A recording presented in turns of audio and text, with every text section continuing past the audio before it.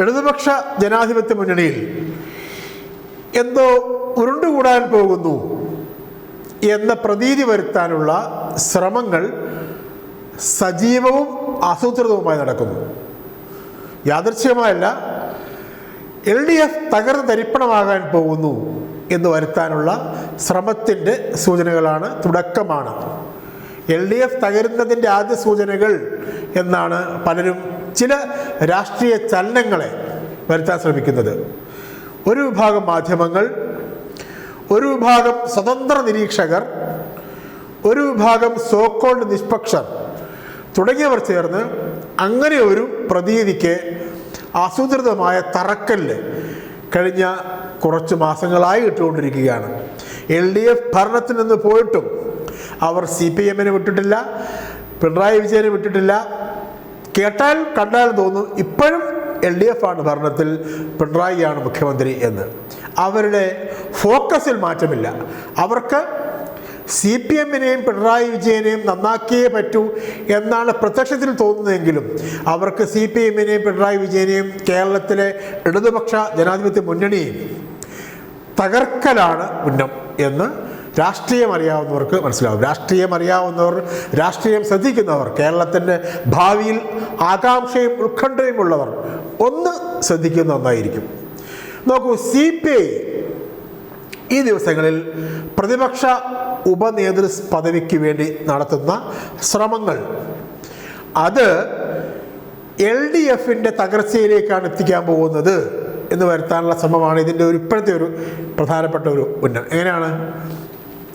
CPI-യുടെ 8 MLA-മാർ പ്രത്യേക ബ്ലോക്കാകുന്നു.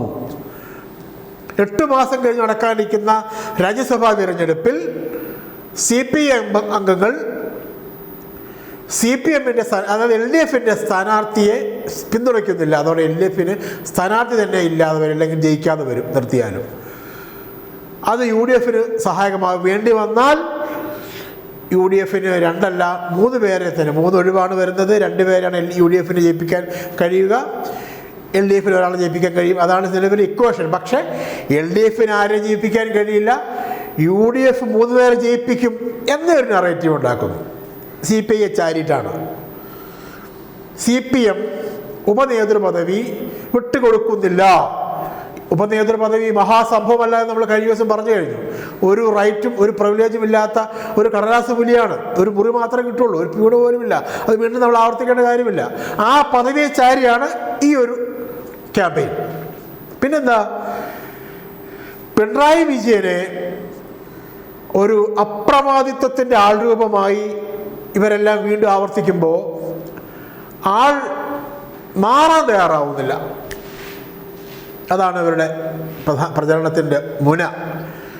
പ്രതിപക്ഷ നേതാവിനെ നിശ്ചയിക്കുന്നതിന് മുമ്പ് പറഞ്ഞുകൊണ്ടിരുന്നത് പിണറായി പ്രതിപക്ഷ നേതാവില്ല. കട്ടായം അവർ പറഞ്ഞ് സ്ഥാപിച്ചിരുന്നത് പിണറായി വിജയൻ പ്രതിപക്ഷ നേതാവില്ല. നമ്മളന്ന് കൃത്യമായിട്ട് പറഞ്ഞത് എന്താണ്? പിണറായിയെ പ്രതിപക്ഷ നേതാവാകും. പിണറായി വിജയൻ മുഖ്യമന്ത്രി സ്ഥാനാർത്ഥിയായിരുന്നു LDF-ന്റെ. LDF അത് പ്രഖ്യാപിക്കുന്ന രീതിയില്ലാത്തതുകൊണ്ടാണ്.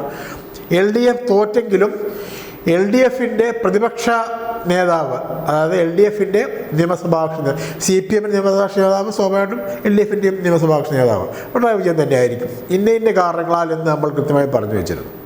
അങ്ങനെ തന്നെയാണ് സംഭവിച്ചത്. നമ്മൾ പറഞ്ഞതിനെക്കുറിച്ച് മേലിനടിക്കുകയല്ല, രാഷ്ട്രീയം അറിയാവുന്നവർക്ക് അറിയാമായിരുന്നു എന്ന് പറയുകയാണ്.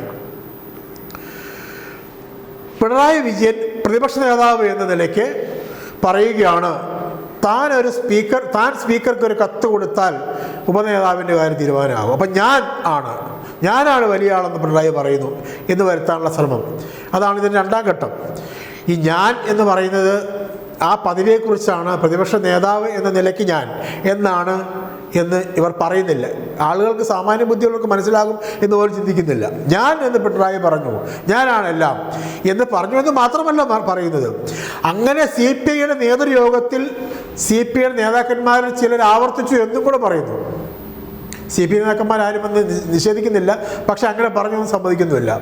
അത് പ്രത്യേകിച്ച് വീഡിയോയോ വിഷ്വൽസോ ഒന്നുമില്ല, കോട്ട് ചെയ്യാൻ തെളിവുകളൊന്നുമില്ല. പക്ഷേ CPI-യുടെ നേതൃയോഗത്തിലും ആരോ പറഞ്ഞത്രേ ഞാനെന്ന ഭാവമാണ് പിണറായിക്ക്. അത് ഈ പറഞ്ഞതിൻ്റെ രണ്ടാം ഘട്ടം. LDF-ൽ ഉരുണ്ട് കൂടുന്നു, അത് CPI ചാരി അങ്ങനെ ഒരു പ്രതീതി ഉണ്ടാക്കുന്നതിൻ്റെ രണ്ടാം ഘട്ടമാണ്. പിന്നെ എന്താണ്, ഇടതുപക്ഷ ജനാധിപത്യ മുന്നണി പ്രതിപക്ഷം എന്ന നിലയിൽ സർക്കാരിനെതിരായ എന്തെങ്കിലും ഒരു വാക്ക് പറയാനോ ക്യാമ്പയിൻ നടത്താനോ സമരം നടത്താനോ പര്യാപ്തമായ ഒരവസ്ഥയിലല്ല എന്ന് വരുത്തുന്ന ശ്രമം. സോഷ്യൽ മീഡിയയിൽ ചില പോസ്റ്റുകൾ കണ്ടിട്ടില്ലേ, CPI CPM തമ്മിൽ അടിയാണ്, പിന്നെ മാണി ഗ്രൂപ്പിന് ഒറ്റ MLA പോലുമില്ല, LDF ദുർബലമാണ്, അതുകൊണ്ട് 100-ാം ദിവസത്തിൽ ഒരു പ്രസ്താവന ഒതുങ്ങി, ഒരു ഫേസ്ബുക്ക് പോസ്റ്റ് ഒതുങ്ങി എന്ന് വരുത്താനുള്ള ശ്രമം. അങ്ങനെ 1, 2, 3, 4, 5 എണ്ണിയാൽ നിരവധി കാര്യങ്ങൾ ഉണ്ട്. അതിൻ്റെ വേറൊരു അതിപ്രധാനമായ കാര്യം കൂടി പറയണം. എന്താണെന്നറിയാമോ, CPM-ലെ കേരളത്തിലെ CPM-ലെ വിഭാഗീയതയുടെ കാലത്ത് പിണറായി പക്ഷം എന്ന് മാധ്യമങ്ങൾ വിലയിരുത്തിയിരുന്ന, വിശദീകരിച്ചിരുന്ന, അവതരിപ്പിച്ചിരുന്ന ഔദ്യോഗിക പക്ഷം, ഔദ്യോഗിക വിഭാഗം, അത് പിണറായി തന്നെ ഇനിഷ്യേറ്റീവ് എടുത്ത് പുനരുജ്ജീവിപ്പിക്കുന്നു എന്നൊരു നറേറ്റീവ്. എത്ര വിചിത്രമാണെന്ന് കണ്ടെത്തലുകൾ എന്ന് മനസ്സിലാക്കണം. അത് സജീവമായി പതിയെ പൊങ്ങി വരികയാണ്. അതായത് പിണറായി പക്ഷം സജീവമാകുന്നു, പഴയ VS പക്ഷം ഇതിന് ബദലായി സജീവമാകുന്നു, അതിനുവേണ്ടി ശ്രമം നടക്കുന്നു. അപ്പോൾ അതിന് പ്രത്യേകിച്ച് കേരളത്തിലെ രാഷ്ട്രീയത്തിൽ ഒരു റോളും ഒരു കാമ്പും കഴമ്പും പദവിയും ഒന്നുമില്ലാതെ ചില ആളുകൾ ചില വാക്കുകൊണ്ടും ചില പോസ്റ്റ് കൊണ്ടും ഒക്കെ അതിന് വളം വയ്ക്കുന്നുണ്ട്. അപ്പോൾ അതിനെ അങ്ങ് കയറി ഏറ്റുപിടിക്കും. ഉദാഹരണമായിട്ട് കേരളത്തിൻ്റെ എല്ലാ കാലത്തെയും രാഷ്ട്രീയ അഭിമാനമായിരുന്ന CPM-ൻ്റെ പ്രമുഖ നേതാവായിരുന്ന അന്തരിച്ച VS അച്യുതാനന്ദൻ, അദ്ദേഹത്തിൻ്റെ മകൻ VA അരുൺകുമാർ കേരളത്തിലെ രാഷ്ട്രീയത്തിലൊന്നുമല്ല. പക്ഷേ അരുൺകുമാർ ഇടയ്ക്ക് എന്തെങ്കിലും പോസ്റ്റ് ഉണ്ട്, എന്തെങ്കിലും പറയുന്നു, അത് വലിയ കാർഡ് വാർത്തയുമായി മാറുന്നു. അത് CPM-നെതിരെ ഉപയോഗിക്കാൻ ചില ആളുകൾ തക്കം പാർക്കുന്നു. പിണറായി പക്ഷവും VS പക്ഷവും സജീവമാവുകയാണ്, വീണ്ടും ഉരുണ്ടുകൂടുകയാണ്, രൂപപ്പെടുകയാണ് എന്ന് വരുത്താനുള്ള ശ്രമങ്ങളുടെ ഒരറ്റത്തു നിന്നുള്ള കത്തിക്കലാണ്. Doctor B. ഇക്ബാൽ VD സതീശൻ്റെ 100 ദിവസത്തിന് അഭിനന്ദിച്ചുകൊണ്ട് ഡയലോഗ് പറയുന്നു, മാതൃഭൂമി ലേഖനം എഴുതുന്നു, അത് വലിയ വാർത്തയായി മാറുന്നു.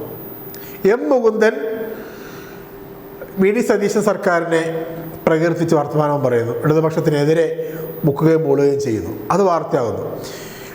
പിന്നെ ഈ പറഞ്ഞതുപോലെ സ്ഥിരം സ്വയം പ്രഖ്യാപിത രാഷ്ട്രീയ നിരീക്ഷകരുണ്ടല്ലോ, കുറേ ആളുകൾ, അവരുടെ പേരുകൾ നമ്മൾ കൃത്യമായിട്ട് പറയുന്നില്ല. വിനു V. ജോണും സംഘവും എന്ന് പറഞ്ഞാൽ എല്ലാം ആകും. വിനു V. ജോൺ നമ്മുടെ മാധ്യമ സുഹൃത്താണ്. പക്ഷേ വിനു V. ജോണും സംഘവും എന്ന് പറഞ്ഞാൽ ഇവരെ പെട്ടെന്ന് ആളുകളുടെ മനസ്സിൽ വരും എന്നുകൊണ്ട് നമ്മളത് പറയുകയാണ്. അവർ കുറേ കാര്യങ്ങൾ ഇങ്ങനെ, അതിൻ്റെ ഒരു ഏറ്റവും വിചിത്രമായ കാര്യം എന്ന് വെച്ചാൽ നടക്കുന്ന കാര്യങ്ങൾ നടക്കാത്ത കാര്യങ്ങളൊക്കെ അങ്ങ് പറയുകയാണ്. പിണറായിയുടെ മകൾ വീണയുടെ ആദ്യ ഭർത്താവിൻ്റെ ബിനാമി ഇടപാടിനെക്കുറിച്ച് എനിക്ക് ചില വിവരങ്ങളുണ്ട് എന്ന് ചാനലിൽ വന്നിരുന്ന് ജോസഫ് C. മാത്യു പറയുന്നു. തെളിവൊന്നുമില്ല, അങ്ങ് പറയുകയാണ്. സോഷ്യൽ മീഡിയ അതിനെക്കുറിച്ച് ചർച്ച ചെയ്യുമ്പോഴും അദ്ദേഹം പ്രതികരിക്കുന്നൊന്നുമില്ല. അങ്ങനെയൊക്കെയുള്ള ഒരുപാട് കാര്യങ്ങൾ കേരളത്തിൽ നടക്കുന്നത് എല്ലാം കൂടി കണ്ണിയായി ചേർത്ത് വയ്ക്കുമ്പോൾ അതിൻ്റെ ആത്യന്തിക ലക്ഷ്യം LDF-നെ തകർക്കുക, CPM-നെ ദുർബലമാക്കുക, LDF തകരാൻ പോകുന്നു എന്ന് വരുത്തി തീർക്കുക. ഇത് യാദൃശ്ചികമല്ലാതാവുന്നത് എന്തുകൊണ്ടാണെന്നറിയാമോ? ബംഗാളിലെ പോലെ കേരളത്തിലും CPIM നേതൃത്വം കൊടുക്കുന്ന ഇടതുമുന്നണി, അവിടെ ഇടതുമുന്നണിയാണ്, ഇവിടുത്തെ ഇടതുപക്ഷ ജനാധിപത്യ മുന്നണിയാണ്. എന്തായാലും അവിടുത്തെ LF, ഇവിടുത്തെ LDF രണ്ടും ഒന്ന് തന്നെ. CPIM ആണ് നയിക്കുന്നത്, ഇടതുപക്ഷ ചേരിയാണ്. അത് ഇല്ലാതാവാൻ പോകുന്നു. ഇനി ഒരിക്കലും LDF വരില്ല, ഇനി കോൺഗ്രസിൻ്റെയും UDF-ൻ്റെയും കാലമാണ് എന്ന് വരുത്താനുള്ള ശ്രമം. അപ്പോൾ പിന്നെ ഇനി എന്തായാലും ഇവരാണെങ്കിൽ അവരുടെ കൂടെ നിൽക്കാമെന്ന് അല്പബുദ്ധികളായ ആളുകൾക്ക് തോന്നുമല്ലോ. രാഷ്ട്രീയമായ കൃത്യമായ കാര്യകാരണസഹിതം തീരുമാനങ്ങൾ നിലപാടും എടുക്കുന്നവർക്ക്, ഇച്ഛാശക്തിയും നിശ്ചയദാർഢ്യവും ഉള്ളവർക്ക് ഭരണം ആരായാലും ഒരു നിലപാടുണ്ട്. പക്ഷേ അങ്ങനെ അല്ലാത്തവർക്ക് ഇനി ഇവരുടെ കൂടെ താങ്ങി നിന്നേക്കാമെന്ന് തോന്നലുണ്ടാക്കാനുള്ള, അതുവഴി അഭിപ്രായ രൂപീകരണത്തിൻ്റെ ഒരു പ്രത്യേക സിറ്റുവേഷൻ രൂപീകരിക്കാനുള്ള, ഒരു പ്രത്യേക സിറ്റുവേഷൻ ക്രിയേറ്റ് ചെയ്യാനുള്ള ചില ആളുകളുടെ PR ശ്രമങ്ങളുടെ കൂടി ഭാഗമാണ് അത്.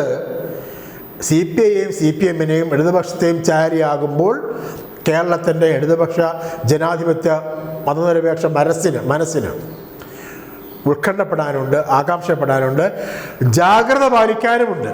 അതാണ് നമ്മൾ തൽക്കാലത്തേക്ക് പറഞ്ഞു വയ്ക്കുന്നത്. നന്ദി, നമസ്കാരം.